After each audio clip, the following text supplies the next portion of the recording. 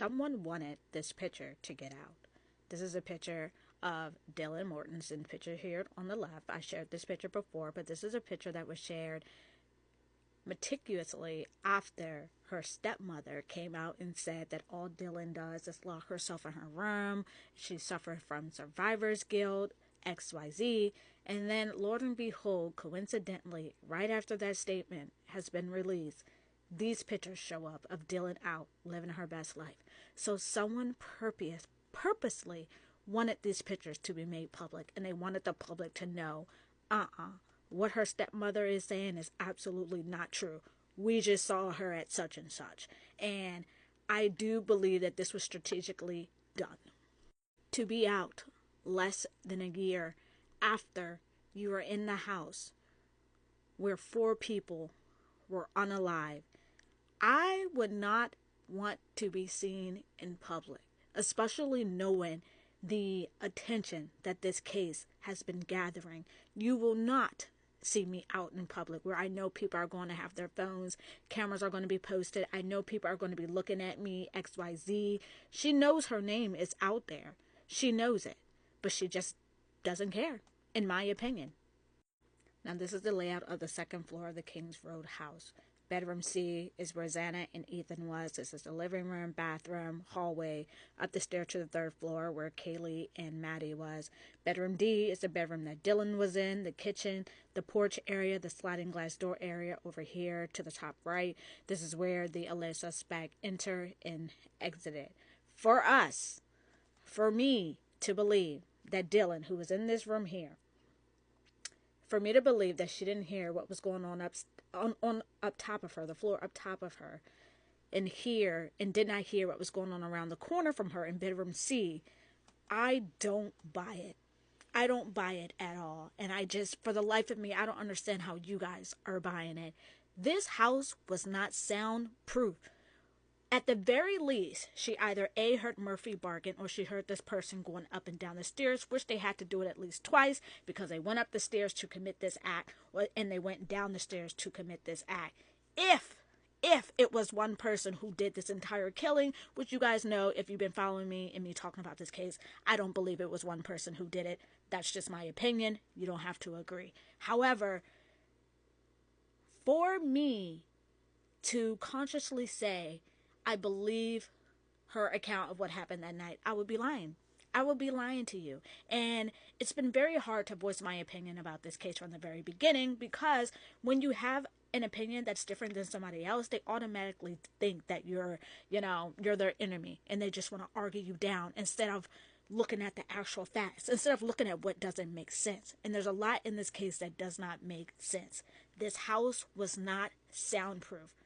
The fact that it took 8 hours to call 911 after she saw this figure is insane. And everybody's like, she was frozen in shock, she was frozen in shock. To be frozen in shock, I'm no psychologist or, no doctor or anything like that, but to be frozen in shock, does it last for 8 hours? Isn't it like an initial reaction and then you kind of like snap out of it? I don't know. Again, I'm not a certified board doctor. However, I don't buy that she was frozen in shock for 8 hours, because whenever she snapped out of it, she was able to call other friends over. Why did it take her 8 hours to call other friends over instead of calling them right then and there? Let's say for shits and giggles she didn't feel comfortable calling 911. Why didn't she call whatever friend she texted or called during before the 911 dispatcher was called? Why didn't she do it right then and there when she saw this person in the house? And I'm so curious to know, what the hell was her and Bethany texting about during the unalivings? What could they have possibly been texting about?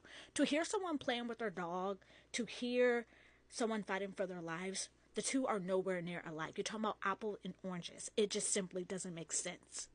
I just simply don't believe that he did this by himself. I don't. I never did in the beginning. And the same people that are fighting me on this are the same people who accuse the guy at the food truck and Kaylee's boyfriend when they found out that they called them, her and Maddie called him all this time and he didn't pick up. The same people that are saying Dylan and Bethany had nothing to do with this are the same people who were saying those people did. You will never find a video of me accusing those two, because from the very beginning it just didn't align. It just didn't make sense to me that those two would have something involved. And I mean, you guys were running these people down, running them down, but you would never ever find a video of me in the past accusing them, because it doesn't exist. I know I am not done with my schooling yet. I know that. But I know what I know. And what I know, it's all my opinion, but what I know is that this case is an inside job. There's someone on the inside that's attached to what happened. There's someone on the inside who orchestrated this entire thing. Now, this part that I'm saying is my opinion. Okay? Hear me clearly. It's my opinion. But I just can't understand the 8-hour gap.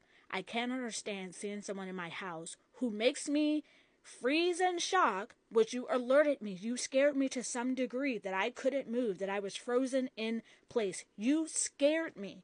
And I still don't call 911 for 8 hours. And then I still don't call 911. I call other friends over, who then one of them called 911. It just doesn't make sense. To say she woke up and didn't see blood, not buying that. Not buying that. To say she didn't hear people fighting, not buying that. People screaming, not buying that. Like, come on, someone's security camera, like a few houses down, caught whimpering or a loud thud. But you mean to tell me people on the inside didn't hear anything? I need you guys to understand, when you are trying, a lot of you guys are just trying to argue with me to just argue. You know, you don't like the fact that I make you think, that I make you step outside your cookie cut perfect world, that the people close to you would never do anything like this. Are you freaking new here? Seriously. Like, quit being a ding dong and wake up. There's something off about this case. This case reeks. Okay? And I can't understand. And people are saying or making comments, if Brian Koberger wasn't the sole person who did this, why is he suffering by himself? Why would he sit in jail and do? I don't have the answers to this, guys. I don't. I absolutely do not. I have the same questions. I get it. But I just don't believe that he did this by himself. I don't.